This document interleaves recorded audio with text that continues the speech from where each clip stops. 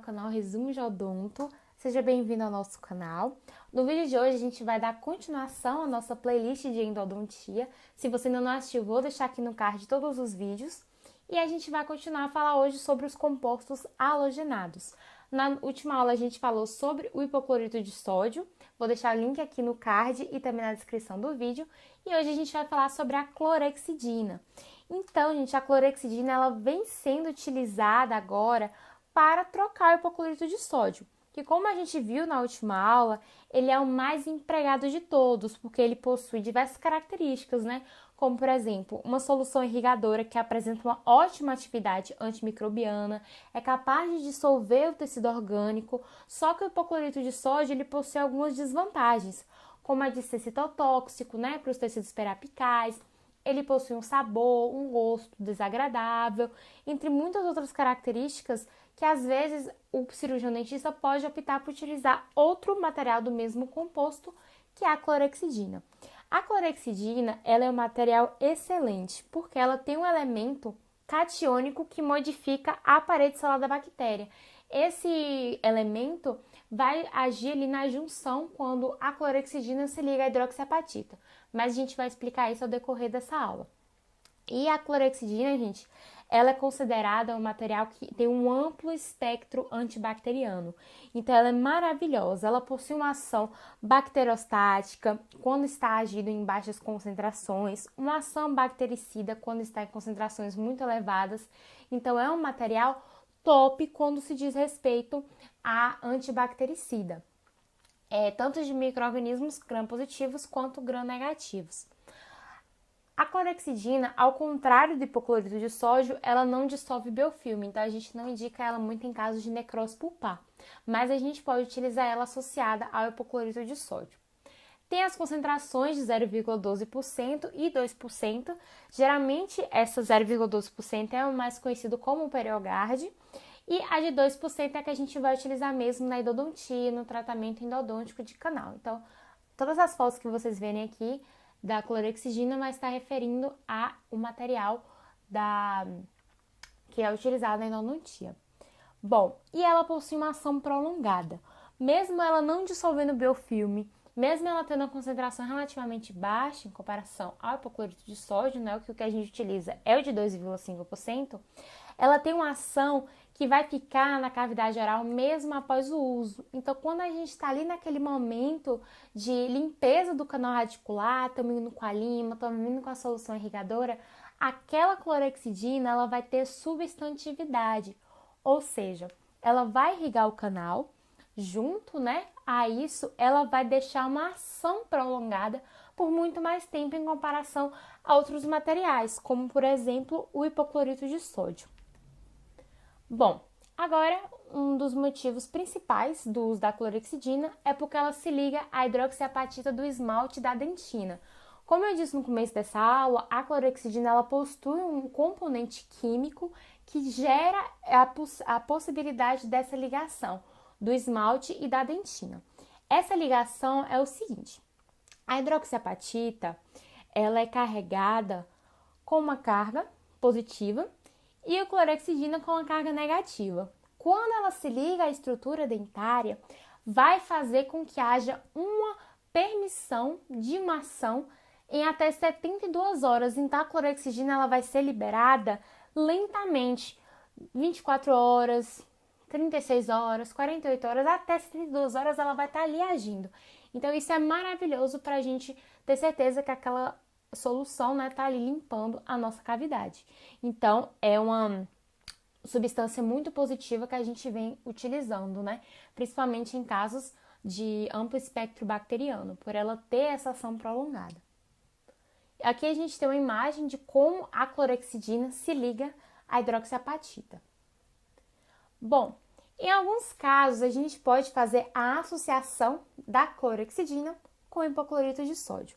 Como é que a gente vai fazer essa associação? Bom, existem casos que o paciente tem alguma patologia naquele periápice, né, ali no canal radicular, que a gente precisa de um amplo espectro ali de soluções para matar aquelas bactérias. A gente vai falar ainda na nossa playlist de endodontia quais são essas doenças. Mas até então, vamos prestar atenção. E aí, esses materiais, eles são utilizados junto com a troca de lima, né? Então, a gente está trocando a lima, técnica regressiva, técnica progressiva, e vamos colocando a solução irrigadora. E ali, às vezes, a gente quer vamos colocar um pouquinho de hipoclorito de sódio, porque ele é perdão, palavrão. Tem uma ação antibactericida muito maravilhosa. Já a clorexidina, ela tem um amplo espectro. Então, a gente vai utilizando ali para fazer um equilíbrio, para tirar todo aquele material. Só que é claro que a gente não pode utilizar isso em cada cavidade. Então, a gente vai estudar o caso para ver se é cabível ou não fazer essa associação. Às vezes não precisa, na maioria das vezes não é utilizado. A gente utiliza um ou outro. Mas quando eu vou utilizar a clorexidina, meu Deus do céu? Então, a gente vai utilizar a clorexidina durante todas as etapas do preparo do canal radicular. Como, por exemplo, a desinfecção do campo operatório. Então, se você já fez alguma cirurgia, provavelmente você já lavou as suas mãos com a clorexidina, que vem numa esponjinha que você abre e lava a mão ali durante 15 minutos. Enfim, a gente utiliza a clorexidina 2%. Na instrumentação dos canais, né, como é o caso da aula de hoje, na endodontia, na medicação intracanal, que pode ser utilizada tanto sozinha quanto em combinação com outras substâncias, e na desinfecção de cones de obturação. Então, em cada parte dessa, a gente pode vir a utilizar a clorexidina. Bom, existem muitos dialetos, né, se a gente utiliza a clorexidina como solução líquida ou como gel. Então, eu achei um artigo na internet que fala exatamente sobre o uso da clorexidina com a solução irrigadora. E eles fizeram alguns testes de difusão em H que observou que a clorexidina em gel possui um desempenho muito melhor do que a clorexidina em solução. Então, ela é mais utilizada com alto potencial para se empregar como substância química auxiliar. Ou seja, ao invés de você utilizar ela em solução, utiliza ela em gel, porque ela tem um desempenho muito melhor. Então, aqui a gente tem uma imagem de uma clorexidina em gel da Makira, mas existem diversas marcas no mercado hoje. Você pode encontrar em dentais aí pela internet, ou até mesmo em dentais na sua cidade. E aqui o artigo em que eu observei isso é um artigo muito bom, então você que está estudando aí a clorexidina, dê uma olhadinha neste artigo, inclusive tirei algumas partes dessa aula desse artigo, então muito bom. Vejam, leiam e aprendam. Bom, vantagens da clorexidina. A clorexidina, gente, ela é muito top. Ela possui um efeito residual e uma substantividade, né? Que foi o que a gente disse, ela tem uma ação com um amplo espectro, vai ali durar na cavidade até umas 72 horas. A atividade antimicrobiana, né? A gente viu que ela era bacteriostática e bactericida. E tem biocompatibilidade, mas não é totalmente biocompatível. Então, é uma vantagem com desvantagem. Só que, em comparação ao hipoclorito de sódio, a clorexidina é mais biocompatível. Então, meio que ela é uma vantagem. Desvantagens. A clorexidina, ela não vai dissolver matéria orgânica, então a gente não pode indicar ela em caso de necrose pulpar, por exemplo, a gente indica o hipoclorito de sódio e ela não dissolve a matéria orgânica do biofilme. Então, em casos também de polpa viva, não indicamos a clorexidina. Ela não possui uma ação detergente, então ela possui uma baixa tensão superficial, que inclusive é uma vantagem do hipoclorito de sódio, e ela não vai eliminar Smerley, quer dizer, vai eliminar uma parte, mas não vai eliminar toda a parte do Smerley, na verdade só a parte orgânica. Então, a gente não utiliza somente a clorexidina quando a gente quer eliminar Smerley, a gente utiliza a clorexidina juntamente com outro composto, como por exemplo os quelantes, que vai ser a nossa aula da próxima semana. E como a gente vai utilizar a clorexidina em endodontia?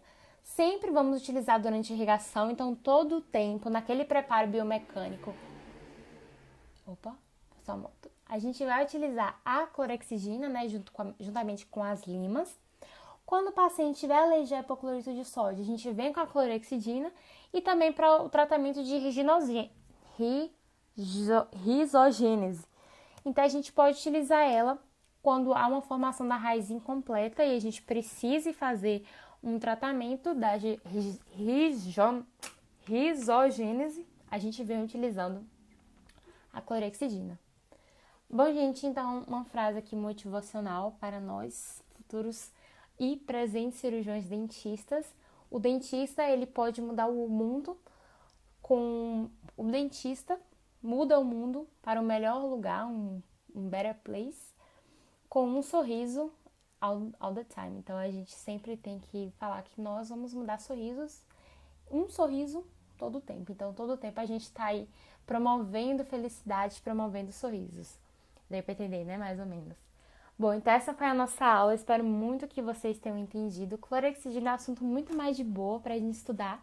Na verdade, todas essas aulas, né, sobre endo, são tão gostosas de estudar. Até parece que não é fácil, né? Mas eu espero muito que vocês tenham entendido. Qualquer dúvida, entre em contato conosco através do nosso Instagram, @canalresumejodonto, ou do nosso e-mail, que está aparecendo aí na tela. E podem deixar aí nos comentários também dúvidas. Comentem se você gostou dessa aula sobre endodontia e qual aula que você quer ver aqui no canal. Vocês estão mandando várias dicas para mim nos comentários, através dos e-mails e do Instagram. Fico muito feliz por esse feedback. Bom, então é isso. Muito obrigada por estar aqui e valeu!